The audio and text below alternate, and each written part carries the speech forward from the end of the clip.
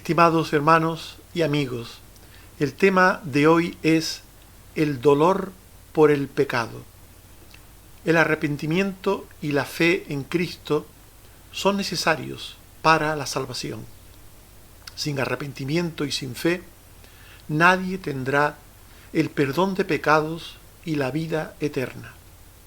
Pero ambas cosas son necesarias también en la vida de los redimidos para mantener una actitud y conducta saludable delante del Señor.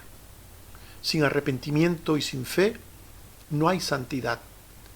El problema está, según el libro de Apocalipsis, capítulos 2 y 3, que algunos creyentes pecan y no se arrepienten. ¿Por qué? Por la ausencia de dolor por el pecado. Este es uno de los enemigos del creyente que impiden el arrepentimiento. No se produce dolor por el pecado cuando en el creyente están presentes las actitudes contrarias al arrepentimiento. Estas son, en primer lugar, la falta de oído para escuchar la verdad que condena y reprocha la conducta inadecuada propia. Hay creyentes que tienen una escucha selectiva, es decir, no oyen lo que se les dice cuando ello les reprende. En Deuteronomio 29:19 se dice: y suceda que al oír las palabras de esta maldición, él se bendiga en su corazón, diciendo: tendré paz, aunque ande en la dureza de mi corazón. Se nos está hablando de alguien que oye la palabra de Dios que llama al arrepentimiento, que llama a arreglar la vida delante de Él, y el creyente no la oye. No la oye de manera adecuada, es decir, para entender el mensaje de Dios, para arreglarse, para reparar o restaurar su vida. Dice el texto: no suceda que al oír las palabras de esta maldición, él se bendiga en su corazón. Es decir, alguien que escucha una reprensión y se bendice a sí mismo, es decir, interpreta que lo que Dios dice no tiene que ver con él. En Proverbios 29:1 se dice: el hombre que reprendido endurece la cerviz, de repente será quebrantado, y no habrá para él medicina. Aquel que reprendido endurece la cerviz. La cerviz habla de la zona cervical de la espalda, la zona del cuello. Endurecer la cerviz es una actitud de orgullo, una actitud de dureza de corazón que hace que una persona no sea humilde, no doblega su voluntad ante lo que oye, no actúa de una manera adecuada. El hombre que reprendido endurece la cerviz. Se nos está hablando de una actitud de escuchar la palabra, pero no oír la voz del Espíritu. La escucha selectiva tiene que ver con la dureza de corazón y con la falta de fe. En Jeremías 7:24 se dice: no oyeron ni inclinaron su oído, antes caminaron en sus propios consejos, en la dureza de su corazón malvado, y fueron hacia atrás y no hacia adelante. De nuevo el texto nos está hablando de personas que escuchan pero no oyen, que prefieren caminar en sus propios consejos, en la dureza de sus corazones, de tal manera que en vez de avanzar en la vida como cristianos, como hijos de Dios, van para atrás, y van retrocediendo, van decreciendo en la vida cristiana, van perdiendo vigor, calor, y van recuperando costumbres y actitudes de la vida vieja. En Marcos 16:14 se nos dice que Jesús se apareció a los 11 y les reprochó su incredulidad y dureza de corazón, porque no habían creído a los que le habían visto resucitado. Aquí se habla de creyentes, los apóstoles, los discípulos, que por incredulidad y dureza de corazón no creyeron a los que les anunciaron la resurrección de Cristo. No lo creyeron. Por tanto, se está hablando, de nuevo repetimos, de una escucha selectiva. Hay creyentes que escuchan la palabra de Dios y cuando aquello que oyen les gusta, no les reprende, pues lo entienden, se lo apropian, pero cuando el mensaje de la palabra les reprende, pues ellos hacen oídos sordos, como si aquello no tuviera que ver con ellos, se hacen los desentendidos y no oyen. No es que no tengan capacidad de escuchar, de oír con el oído, pero no oyen lo que el Espíritu dice a la iglesia, en este caso lo que les dice a ellos. Es la tosudez y la soberbia que no da el brazo a torcer para reconocer el error, es lo que está detrás de esta actitud de escucha selectiva. En el Salmo 81, versículo 12, dice: los dejé a la dureza de su corazón, caminaron en sus propios consejos. Aquí se está hablando de Dios que abandona a las personas a esta actitud recalcitrante de no querer escuchar su voz, porque, como dice el texto, lo hacen por corazones duros, corazones llenos de soberbia. Dice Jeremías 8:6, no hablan rectamente, no hay hombre que se arrepienta de su mal diciendo, ¿qué he hecho? Cada cual se volvió a su propia carrera, como caballo que arremete con ímpetu a la batalla. Está hablando de esta actitud de dureza de corazón, de soberbia, para no escuchar la palabra de Dios cuando ésta te reprende, y se compara esta actitud con un caballo que arremete con ímpetu a la batalla. Es decir, un caballo desbocado, un caballo que comienza una carrera loca hacia el frente, sin tomar en cuenta que tiene delante un precipicio, tiene delante pues algún objeto en el que se puede hacer daño el propio caballo y también al jinete. Como dice el Salmo 32:9, no seáis como el caballo o como el mulo sin entendimiento, que han de ser sujetados con cabestro y con freno. Así pues, el tosudo de corazón resiste a la verdad, la resiste, cuando esta verdad le señala, cuando esta verdad le dice, tú eres el hombre, le dice de lo que se está hablando, de lo que se está diciendo, tú eres aquel que tiene que prestar oído. Cuando la palabra señala a la persona, aquel que tiene una actitud de escucha selectiva, pues intenta parecer ante los demás y ante sí mismo como que aquello no tiene nada que ver con él. Dice Efesios 4:18 que esto sucede, además de la dureza de corazón, por el entendimiento entenebrecido. Dice, teniendo el entendimiento entenebrecido, ajenos de la vida de Dios, por la ignorancia que en ellos hay por la dureza de su corazón. Así pues, el duro y tosudo de corazón rechaza la verdad.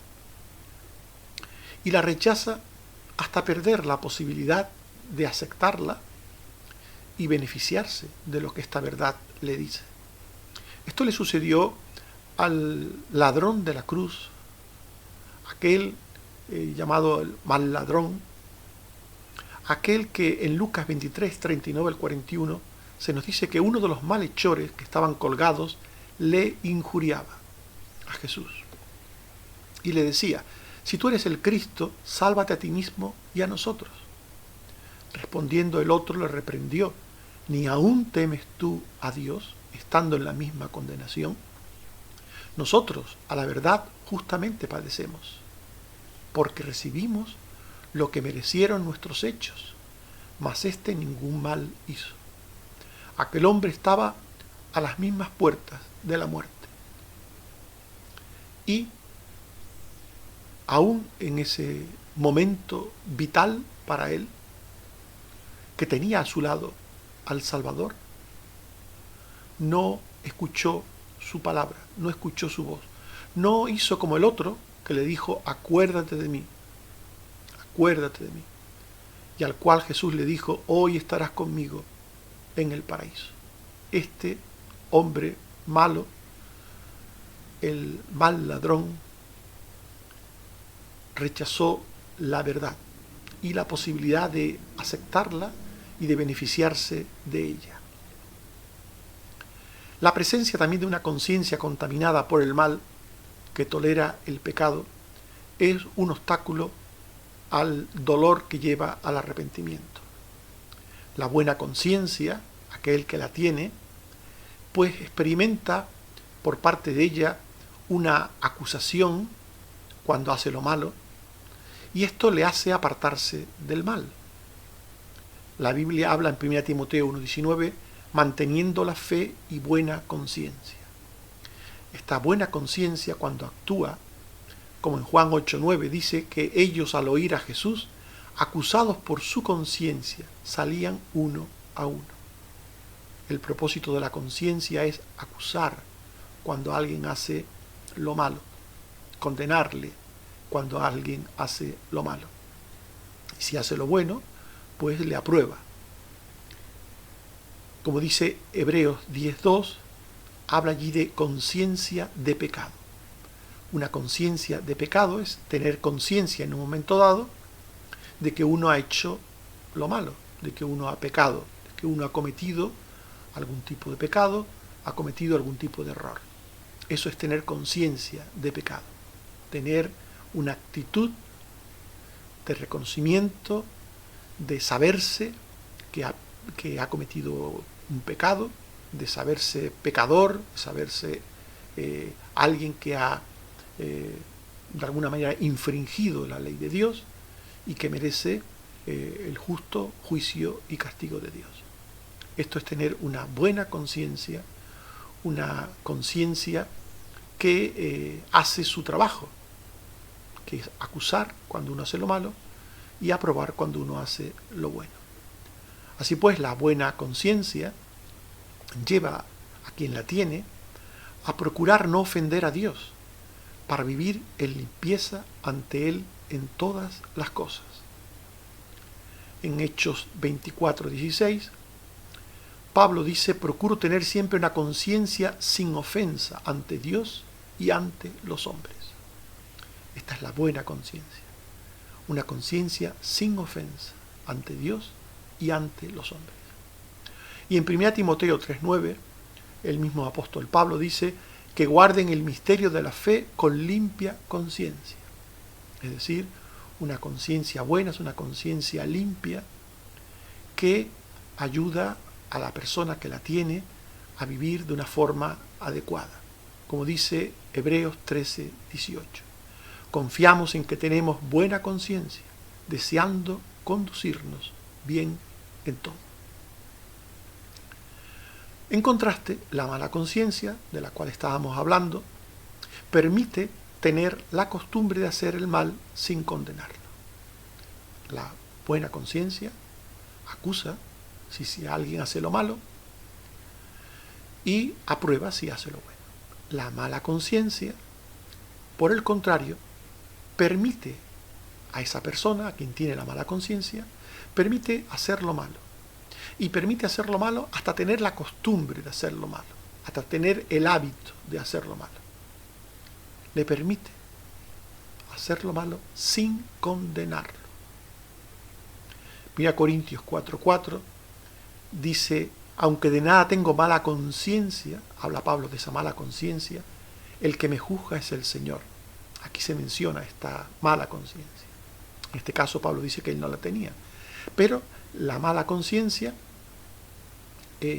lo que hace para aquel que la tiene es que no le ayuda a detectar el pecado para apartarse de él.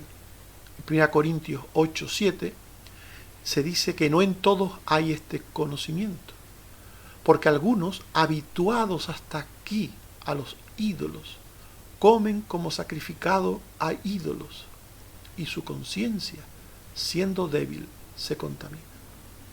Pablo está hablando de personas que son creyentes, que practican la idolatría, participando de comidas ofrecidas a los ídolos, y lo hacen sin ningún cargo de conciencia, sin que su conciencia les acuse. Se sienten bien haciendo aquello.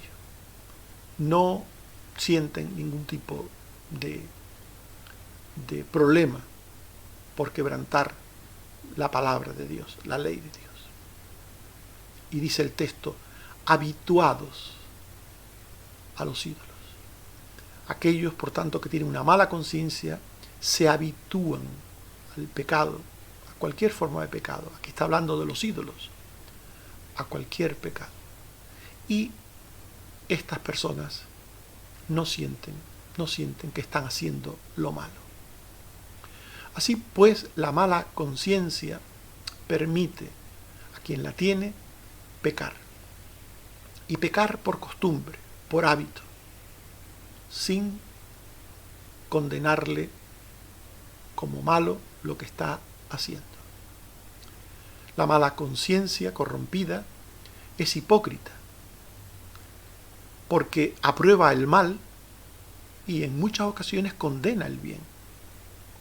En 1 Timoteo 4:2 se habla de la hipocresía de mentirosos que, teniendo cauterizada la conciencia mala, la conciencia cauterizada, contaminada, de la que venimos hablando, que impide el dolor por el pecado que lleva al arrepentimiento, esta mala conciencia es hipócrita.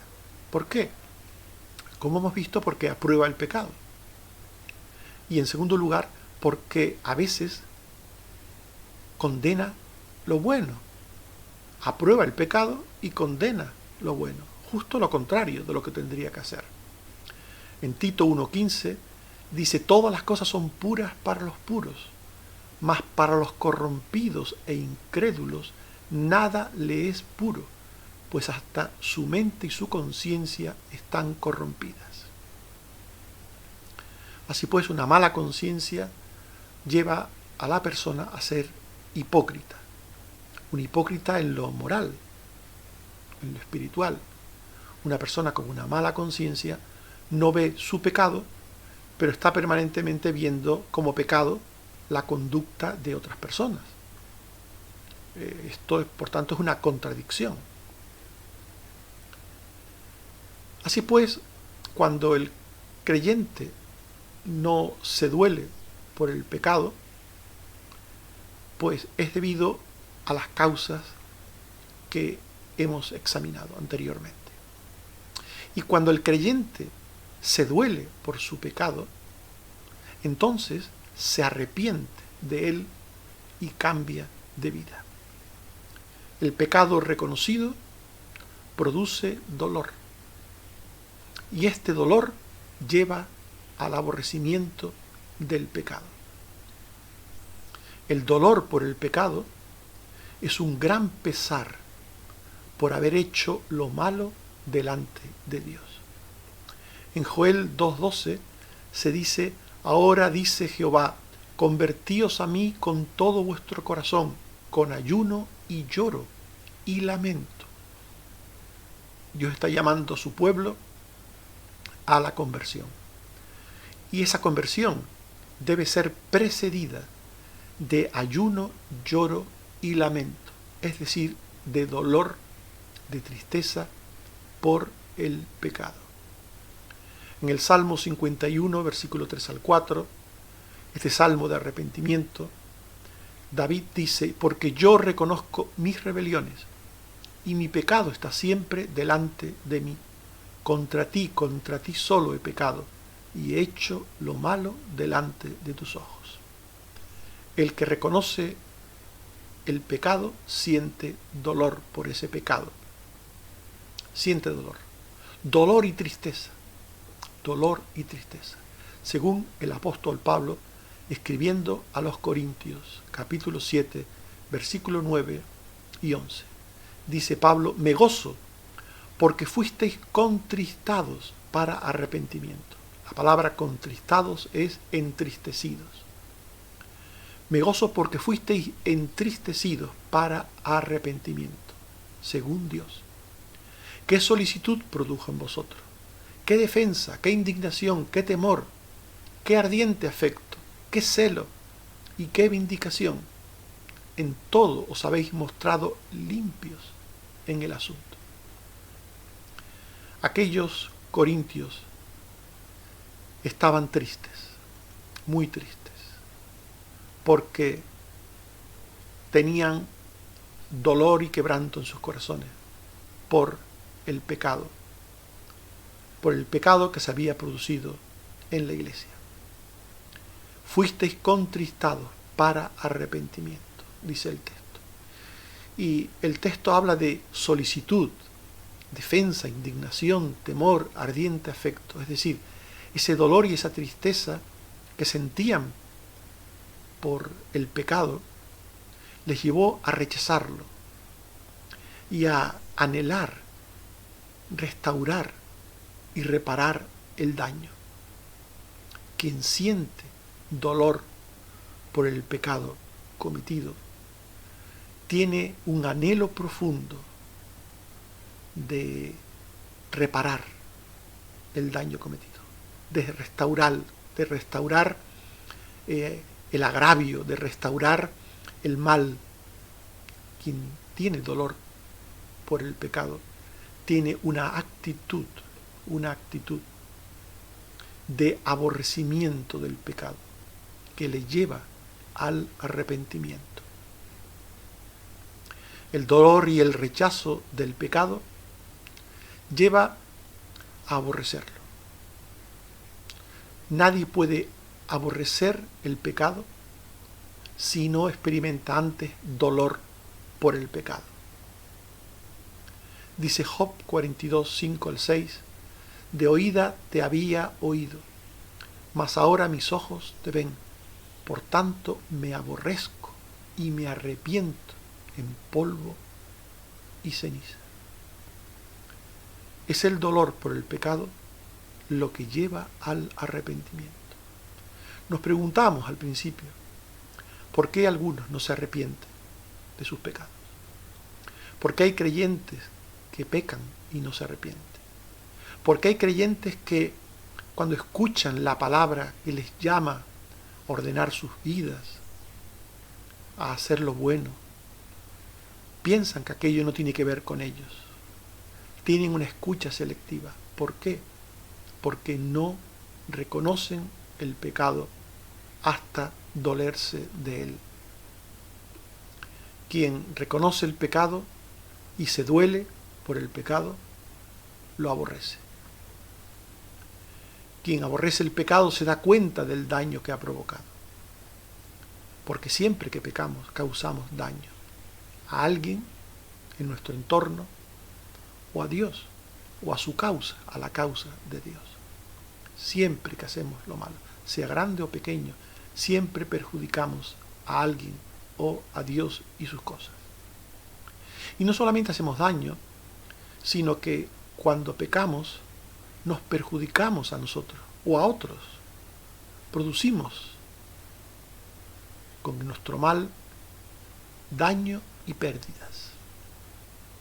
Por eso aquel hombre que se alejó de la casa del Padre, que se fue a una provincia apartada, que gastó sus bienes, los desperdició, que vivió perdidamente, nos dice Lucas 15, 16 al 17, que deseaba llenar su vientre de las algarrobas que comían los cerdos, pero nadie le daba.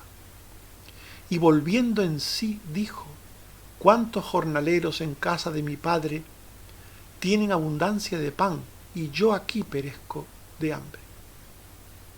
Este hombre, en su aborrecimiento del pecado, se da cuenta de lo que tenía.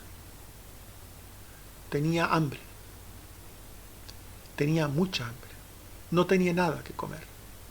Y al mismo tiempo recuerda que en la casa de su padre había abundancia de pan. Por tanto, quien aborrece el pecado se da cuenta del daño que causa el pecado, que provoca el pecado, y de los beneficios que se pierden como consecuencia del pecado. El arrepentimiento de pecado lleva al cambio de actitud. Quien se arrepiente tiene el deseo de reconocerlo, de reconocer el pecado, aunque esto suponga humillarse. A una persona arrepentida no le importa humillarse, no le importa, porque el dolor y el aborrecimiento del pecado lleva al arrepentimiento, y el arrepentimiento a su vez lleva a buscar a Dios, lleva a acudir a Dios. Lucas 15, 18, 19, el mismo personaje que mencionamos hace unos instantes, dijo: me levantaré e iré a mi padre, y le diré: Padre, he pecado contra el cielo y contra ti, ya no soy digno de ser llamado tu hijo, hazme como a uno de tus jornaleros. Así pues, aquel hombre que volvió en sí, que reconoció su pecado, que reconoció el mal que produce el pecado, la pérdida de beneficios que produce el pecado, este hombre también experimentó un deseo profundo y sincero de querer volver a la casa del Padre, de querer volver a Dios. Me levantaré e iré a mi Padre. Una persona arrepentida va a Dios. No confundamos el arrepentimiento con el remordimiento.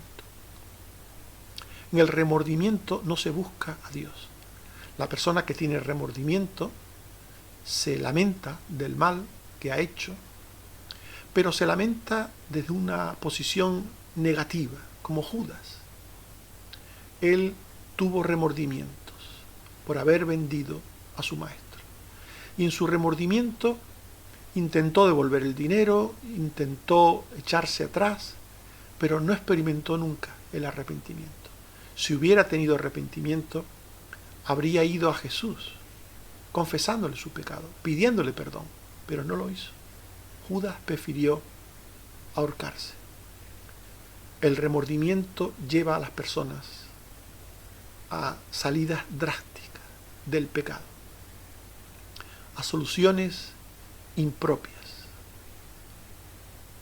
El remordimiento es un sentimiento maligno. Por el contrario, el arrepentimiento lleva a Dios. El arrepentimiento lleva a Dios porque en el arrepentimiento hay reconocimiento de pecado. En el arrepentimiento hay dolor por el pecado. En el arrepentimiento hay un cambio de actitud en el que la persona, desde la fe, percibe de nuevo a Dios como aquel que le puede quitar la carga del pecado. Así pues, el verdadero arrepentido no se queda en meras buenas intenciones. Hay personas que tienen siempre buenas intenciones. Siempre dicen de mejorar, de cambiar, de hacer cosas que nunca hacen. Buenas intenciones, meras buenas intenciones. Pero el que está arrepentido de verdad desea presentarse humillado ante Dios y efectivamente abandona el pecado y llega a Dios para confesarle su pecado. Por tanto, el que está arrepentido de verdad, este llega con la fe a Dios. Por eso en Lucas 15, 20 al 21 se nos dice que levantándose, aquel hombre del que estamos hablando, vino a su padre. No solamente dijo lo que dijo con respecto a que estaba padeciendo hambre, que en la casa del padre había mucho pan, no solamente dijo me levantaré e iré a mi padre, sino que dice el texto, levantándose vino a su padre. Es decir, lo hizo, efectivamente lo hizo. Y cuando aún estaba lejos, lo vio su padre, y fue movido a misericordia, y corrió, y se echó sobre su cuello, y le besó. Y el hijo le dijo, Padre, he pecado contra el cielo y contra ti, y ya no soy digno de ser llamado tu hijo. La persona que está arrepentida acude a Dios por la fe, por medio de Jesucristo, y le confiesa su pecado. Y le confiesa su pecado. He pecado contra el cielo y contra ti. Ya no soy digno de ser llamado tu hijo. Y la conversión, este acto de cambio de actitud, produce también un cambio de vida. Esto es la conversión. Primero hay un cambio de actitud y después un cambio de vida. La conversión es imprescindible para la salvación. Sin ella no hay salvación. El arrepentido experimenta un cambio de vida, un cambio de vida. Dice Lucas 15, 22 al 24, que el padre dijo, sacad el mejor vestido y vestidle, y poned un anillo en su mano y calzado en sus pies, y traed el becerro gordo y matadlo, y hagamos fiesta, porque este mi hijo muerto era y ha revivido, se había perdido y es hallado. Y comenzaron a regocijarse. Cuando un creyente peca, experimenta una especie de perdición, una especie de caída en un abismo de pecado. Cuando un creyente peca, se aparta, se aleja del Padre. Y es necesario, para restaurar la comunión, acudir a Él arrepentido, confiando en la sangre de Jesucristo, para pedirle que le limpie de todo pecado y con ello se produzca la limpieza y el perdón de pecados que restaura la comunión.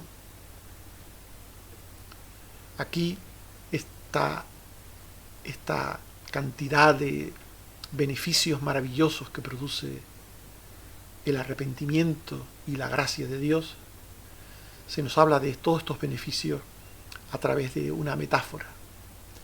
El arrepentido fue vestido, fue calzado, se le puso un anillo en su mano. El arrepentido recibió un banquete, una fiesta, todo ello para indicar que fue restaurado a la comunión con el Padre. No era un perdido, era un hijo hallado.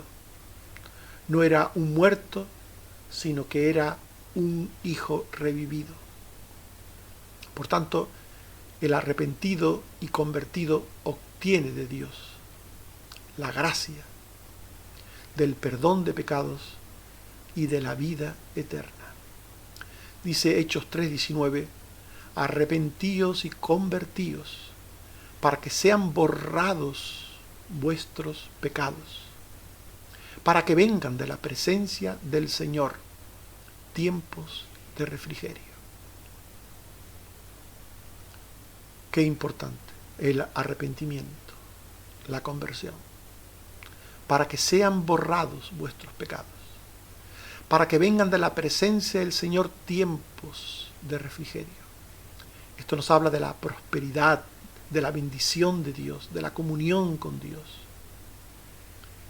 Dice Romanos 6:22, ahora que habéis sido libertados del pecado, tenéis por fruto la santificación y como fin la vida eterna.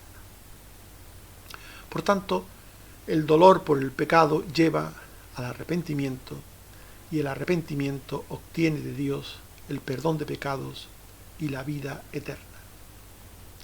Estimados hermanos y amigos, hemos hablado del dolor por el pecado. Y hemos visto que no se produce dolor por el pecado cuando están presentes las actitudes contrarias al arrepentimiento. Estas actitudes contrarias al arrepentimiento son la falta de oído para escuchar la verdad que condena y reprocha la conducta propia. Esta escucha selectiva de la verdad se produce por la dureza de corazón y por la falta de fe. La tosudez y soberbia que no da el brazo a torcer para reconocer el error, que se aferra al modo de ser y de obrar propio, aunque ello traiga perjuicio temporal y eterno. Y también la conciencia contaminada, otro obstáculo al dolor por el pecado. La conciencia contaminada por el mal tolera el pecado y permite tener la costumbre de hacer lo malo sin condenarlo. Es la mala conciencia que ve el pecado ajeno y no el propio.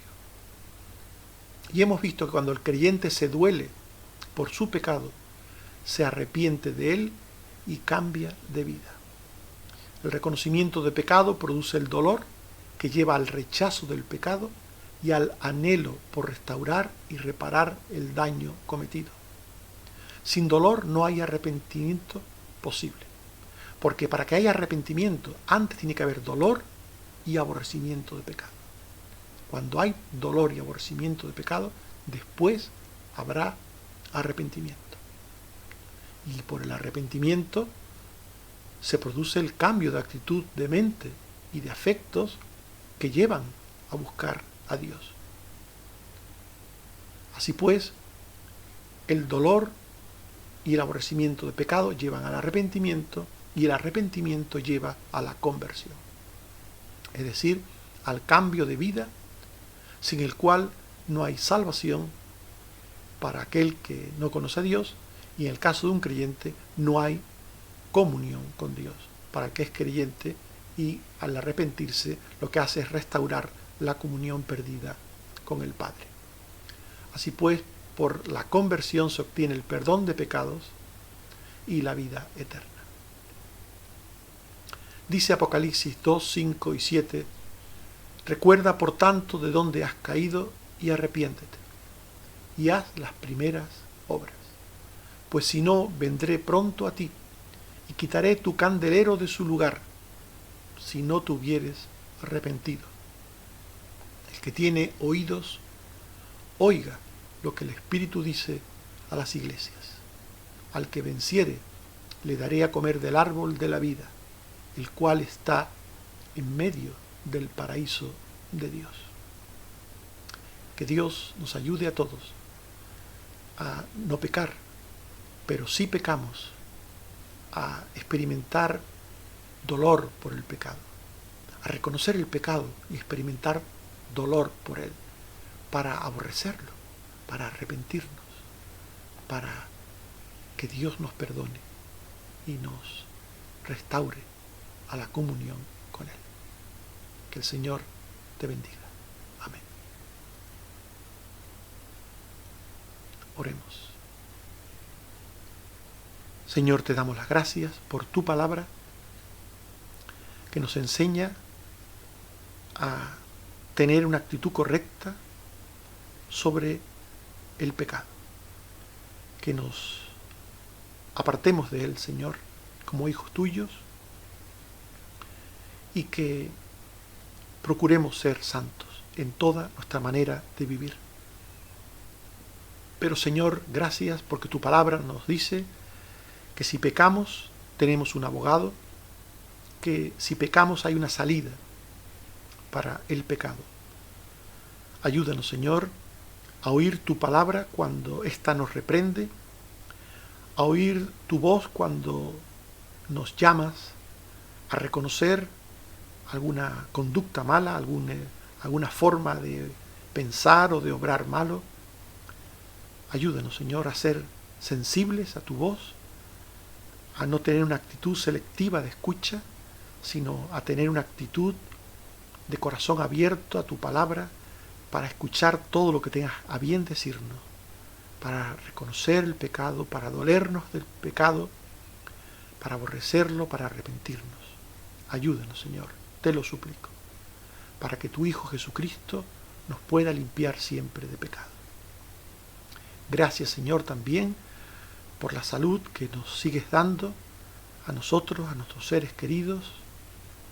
Gracias por el cuidado que estás teniendo de los crónicos, de aquellos que como Carmen Rosa se están recuperando de operaciones, de aquellos que te necesitan por su edad, por su trabajo, por su situación de problemática. Bendice, Señor, a cada uno de tus hijos. Gracias, Padre, por todo lo que eres y haces por nosotros. Por Jesucristo, tu Hijo. Amén. Que el Señor nos bendiga a todos. Amén.